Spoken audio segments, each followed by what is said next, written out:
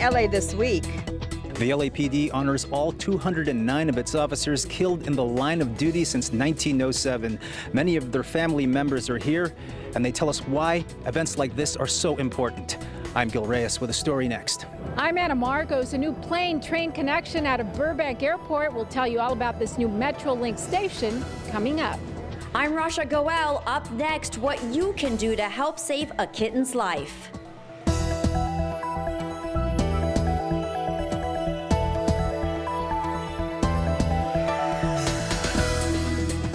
Hello and welcome to LA This Week. Thanks for joining us. I'm Yana Kay. LAPD officers killed on the job are honored. Gil Reyes takes us to a special tribute where families of fallen heroes tell us how they're coping. Every year, the ceremony gathers the families of fallen officers, heroes like Officer Nicholas Lee, who was killed in a traffic accident, leaving behind a wife and 2 daughters. It's been 4 years since his death, and it's been hard, but all we can do is just remember him and how wonderful he was. But yet we still have to live our life and move on. They've all come here to Police Academy headquarters in Elysian Park to honor all 209 LAPD officers killed in the line of duty since 1907. This event holds special significance for Chief Charlie Beck. It's his final one before he retires this summer. In order to honor their sacrifice and to make sure that their families feel as whole as they can possibly feel with that giant part of their lives removed, we try to embrace them as an even bigger family. Mayor Eric Garcetti attended, so did a number of other officials. The LA Police Memorial Foundation offers financial support for loved ones left behind. When we lost our husbands, we lost our future. And now we have to recreate that. Mary Jo Johnson represents the LAPD Family Support Group. They offer peer counseling once a month. We share our stories. Sometimes when you're going through grief, you think you're the only one, that these things that are happening to you and how you're feeling, they're just yours. But when you start talking about them, you realize you're not alone. John Fitzgerald, also part of this extended family, even though his grandfather of the same name was murdered decades ago, he says these yearly gatherings still matter. Just so essential in everything, and people walk away uplifted. They really do. Knowing that the LAPD family has their backs. From the Police Academy in Elysian Park, I'm Gil Reyes for LA This Week. The last LAPD officer killed on the job was Officer Roberto Sanchez. He died in a hit-and-run crash back in 2014. LA Mayor Eric Garcetti is urging corporations to follow his lead in advancing women in the workplace. Gil Reyes has more from the United State of Women Conference, where a 2-time Oscar winner also spoke. It's your daughters. It's yourselves. Actress and feminist Jane Fonda headlined a summit called the United State of Women, a conference at the Shrine Auditorium highlighting women's causes. Freedom from sexual harassment and assault, pay equity. LA Mayor Eric Garcetti and his wife Amy Elaine Wakeland attended. Since taking office, the mayor has overhauled local government so that women now hold more than half of all city board and commission appointments. He says the pay disparity at City Hall still favors men, but has improved to being almost equal. The city's information technology agency handles digital services and Channel 35. Simply by revamping its recruitment process, this agency saw a 300% increase in women's employment in 1 single year. Today, 40% of our ITA programmers are women. The majority of our IT managers are women. ITA Assistant General Manager Jean Holm had worked for NASA for 32 years, but says she resigned because of gender inequity.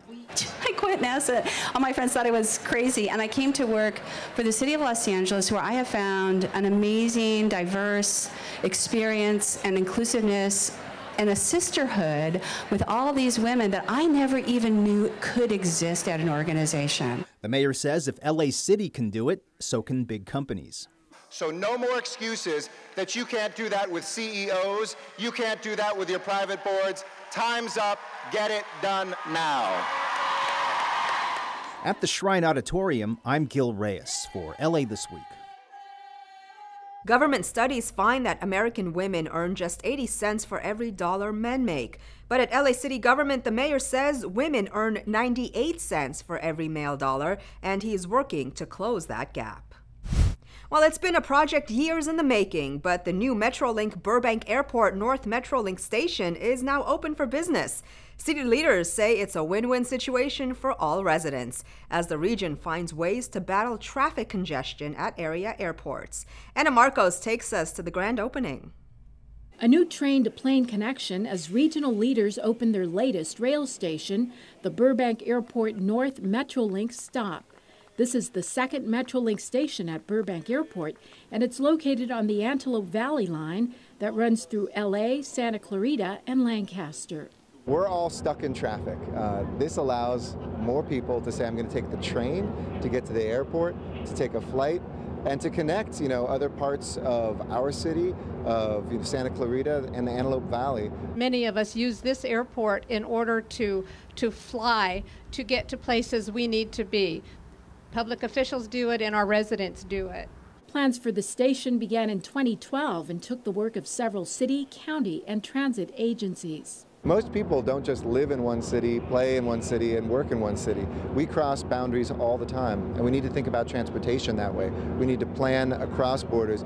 The station means less traffic and congestion for both residents and motorists near the airport, which borders Paul Krikorian's 2nd Council District. It also creates a great strain on some of the neighborhoods too, when there's impacts of traffic, local traffic, people coming off the freeways to try to make access to the airport. So making the traffic flow and access to the airport more efficient is better for the airport, and it's better for the surrounding neighborhoods. And there are more new changes yet ahead. Both LA Metro and Burbank have new bus lines feeding into the station. There are also new flights out of Burbank Airport, and a new terminal is going up across the street. This new Metrolink station will increase mobility and provide a faster and more seamless transit option for many residents. And did we mention the shuttle? There is a free shuttle that takes train and plane passengers right up to the airport's doors, which will mean a smoother ride and flight without the headaches of battling traffic. I'm Anna Marcos for LA This Week. The City of LA presents former LA County Supervisor and Metro Board member Mike Antonovich with a plaque for his work in getting the project off the ground. The Green governors of Oregon and Washington visited LA to talk best practices in the era of Trump. Gil Reyes reports from the Sustainability Summit, where Mayor Garcetti also shared strategies. As a region, the 3 West Coast states could have the strongest clean energy standards in the nation. Their leaders say it's paying off in jobs. We know that we don't have to do the environment or the economy. We can do both. And the West Coast is living proof of that. Oregon Governor Kate Brown and Washington Governor Jay Inslee. They joined LA Mayor Eric Garcetti at LA's Sustainability Summit to talk about the growth of green jobs in their cities. The mayor says LA City has added more than 7,400 green jobs like solar in the last year, while also reducing greenhouse gas emissions. But this progress is threatened as the Trump administration rolls back on clean energy standards. In California, for example, the White House wants to reduce fuel economy standards for cars. And that's why, frankly, I'm so angry about what's going on in Washington, D.C. Look, Scott Pruitt has turned the EPA into the Environmental Polluters Association. It's just morally reprehensible. California and other states are suing the Trump administration for ending climate rules enacted by President Obama. While that fight continues, the panel wonders how to get more people of low income to join the movement for a greener economy. The green jobs, workforce development dollars should be going into our folks coming out of prison, coming back from war, aging out of the foster care system. Because when people see that, they feel it to be something real and middle class. This should be a middle class revolution, not an environmental revolution. One that creates jobs and might also save the planet. I'm Gil Reyes for LA This Week. The mayor says local governments can also create their own climate initiatives. When President Trump decided to pull out of the Paris Accords, Garcetti co-founded a group called Climate Mayors. So far, hundreds of cities have joined to uphold Paris Agreement goals. Well, they're cute, they're fluffy, and just super lovable. And now here's your perfect opportunity to help take care of one. Rasha Goel has more on what you can do to spread the love with some young kittens. Do it. You know, sort of like Nike, just do it, you know? Look at these little faces. How could you not want to save these little faces? Alicia Stevens is a new foster parent who's had the kittens for 3 weeks, and she says it's been a pure joy. Look at these little faces. How could you not enjoy this? I mean, they're so precious. And then I think, you know, they're getting socialized and they know how to play. And then somebody's going to adopt them and they're going to be all that. With the city's pet overpopulation and effort to find them permanent housing, LA Animal Services officials are encouraging LA residents to become foster parents and help take care of kittens until they are 2 months old and ready for adoption. We train you on how to take care of, for instance, bottle babies. But the main thing that we need to know is that you have the time and you have the, the heart to do this, to take care of a kitten. It's very rewarding. Every year, 8,000 to 9,000 kittens are brought into LA Animal Service shelters. Now, if you're wondering why fostering is important, well, fostering a kitten can help save a life, and it's a temporary commitment. And that population is very prolific, and a lot of times it impacts the shelter. You know, our population increases by 3 times, it triples, and so it's really important to have that foster base that we can rely on so that we don't have to euthanize. And to help support this effort, LA Animal Services is offering free cat spay and neuter to all LA residents, regardless of income levels, for the entire month of May. People don't realize that the intact female that's free roaming is able to produce 100 cats in a year. She can have literally 3 or more litters at a time. So open your home and heart and help save a life. LA Animal Services is also in need of donations for these kitten products. These young ones are just looking for some perfect love. In Los Angeles, I'm Rasha Goel for LA This Week. How could they be any cuter? For more information, contact LA Animal Services at laspayneuter.com. The LAPD welcomes a new batch of newly sworn officers to its ranks. Gil Reyes reports from LAPD Graduation Day, where we're reminded that physical toughness is just part of the job. Going out to the field, you guys should be just like you are now for the next year, and you won't have any problems. Instructors giving final advice to a group of cadets before they officially become LAPD officers. It's Graduation Day. That pep talk being given here at the Elysian Park Academy just moments before the actual ceremony. In all, 31 LAPD officers are graduating today, 26 men, 5 women. City leaders first thanked the officers' families. The Academy can teach a lot of things like defense tactics, weapons handling, and emergency aid. But Chief Charlie Beck acknowledges that the most important thing is something only families can teach. And that is the ability to do the right thing when no one else is looking and when it involves somebody that can do nothing for them. To your family and friends, thank you. This is the product of your work and of your love. Officer Velvet Davis looks forward to getting to know LA's diverse communities. We don't see a lot of female officers, and we also don't see a lot of officers of color, so that's what I wanted to just personally strive to inspire younger individuals, especially in the inner city where I came from. If they see more of what looks like them, it'll inspire to make a bigger difference. It's an honor, sir. It's an honor to wear this badge, wear the uniform, and my biggest goal is to make the city of Los Angeles proud. Congratulations to all the graduates. From Elysian Park, I'm Gil Reyes for LA This Week. Also graduating, 2 officers who'll go on to serve with the Los Angeles World Airport Police. From planting 3,000 trees across the city to cleaning up the streets, the LA Conservation Corps has been an integral part of the city, not only making it a better place to live, but also by giving at-risk youth a second chance. Rasha Goel has more. It opened me up to actually be a better version of myself, and not only myself, but to help out others on embracing them, to be inspired and to do something with themselves. Irvin Centeno is excited about his future as he is recognized for receiving the Russell Cantor Next Steps Fund Award at the LA Conservation Corps' annual luncheon. He was once incarcerated and a former tagger, but the organization has helped transform his life and given him the opportunity to create a new life for himself.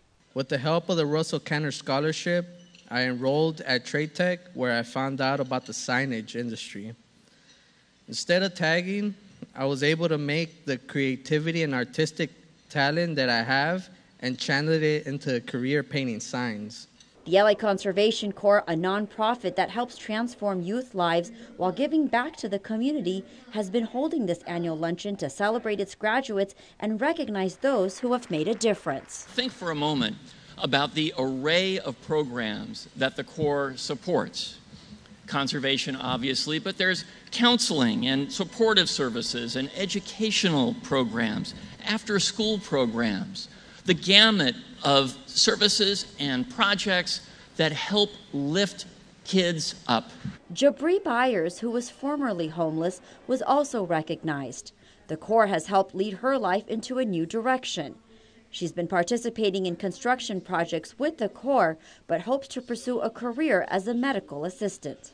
Being in the Corps is more like being around family. So it's like nobody has to keep secrets. They tell you exactly how it is and what you feel like you need to change. So being around them, I feel like I had a lot of realness, and like I got so used to people like telling me everything I was doing was okay. But being there, they were pointing out what I was doing wrong. But they were also like, training me and helping me to get better at it. This luncheon has taken place for over the past 25 years, and according to officials, 85% of the participants either move on to full-time jobs or continue on to schools. The Conservation Corps teaches us that each one of us is a leader, that the youngest, most left-behind person in this city has the same dignity and the same dreams and aspirations and hopes as those of us that have already done well. For me, the Corps' mission is simple. It's about opportunities and options. And it truly is an opportunity to recognize there are second chances at life when joining the Corps. Tomorrow will be better than today, and yesterday was a lesson for today. In downtown Los Angeles, I'm Rasha Goel for LA This Week. Park Pour LA is opening up a lot more green and open spaces for families and kids to play in the form of community school parks. Ana Marcos brings us the first of 4 parks that will open to the public. Shouldn't everybody have a park within walking distance of where they live? That's the idea behind this celebration, as school and city leaders ring in the first community school park in the city, this one at Harvard Elementary. School community parks are designated open areas on a school campus that residents will now be able to use during the weekends. I think it's a great use of the space because we're always looking for places for our kids to play, somewhere that's safe. Many of our LA Unified schools are in urban, very densely populated neighborhoods like the one here. And a safe place to go and play on weekends has not necessarily been the reality of what we've seen. I grew up here and I have my baby here. We're going to remain in this neighborhood, and we know that there is a lack of enough open space. The school community parks will mean more Angelenos will have access to green and open spaces and have basketball and volleyball courts to play in. We have our children drop out of school. It's sometimes because we forgot to think about them after school, on the weekends. And so we know that this isn't just about health. This is about keeping kids in school.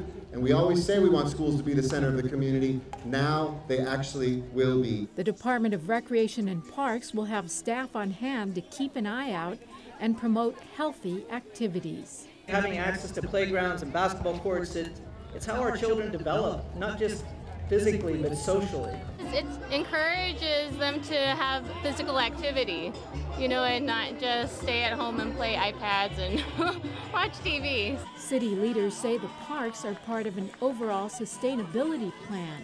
Among the goals, by 2025, 2/3 of residents will have a park within blocks of their home, no matter what part of the city they live in. I'm Ana Marcos for LA This Week.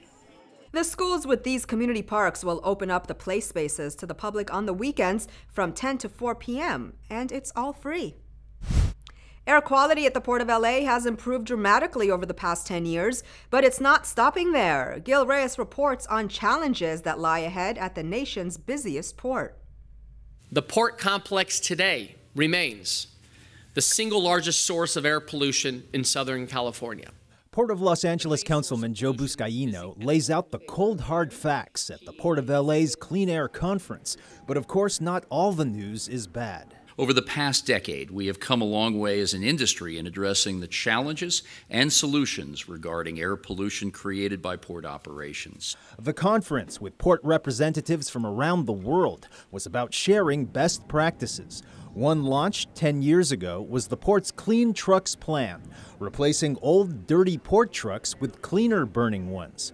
Port officials say it's resulted in a 90% drop in diesel emissions.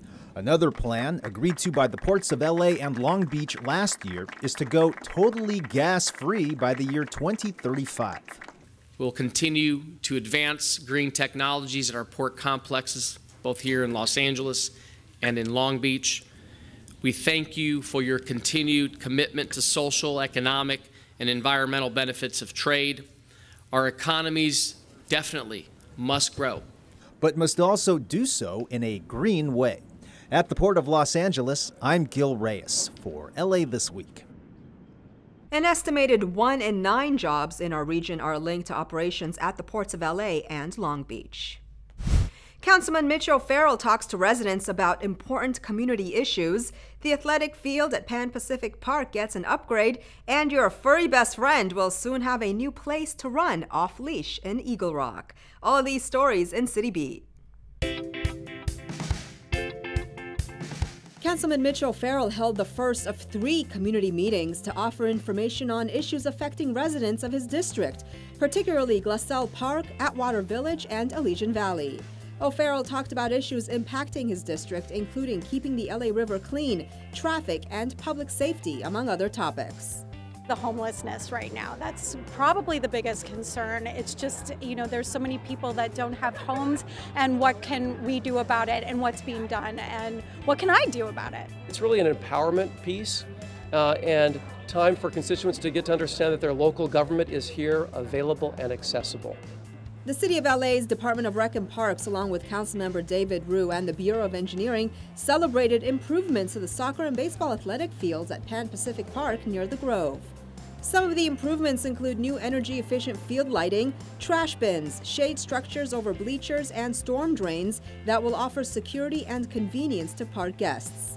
The baseball field was regraded to minimize erosion and improve drainage. A smart irrigation system will provide sustainability for the new lawn and the field. The park serves 15,000 residents living within walking distance. And over in Eagle Rock, a groundbreaking was held for a new Eagle Rock Dog Park, the first in Northeast LA since the last one was built 13 years ago. Originally left out of the city's budget 2 years ago, Councilmember Jose Huizar fought to ensure the construction of a new Eagle Rock Dog Park was included as part of the city's 2016-2017 budget.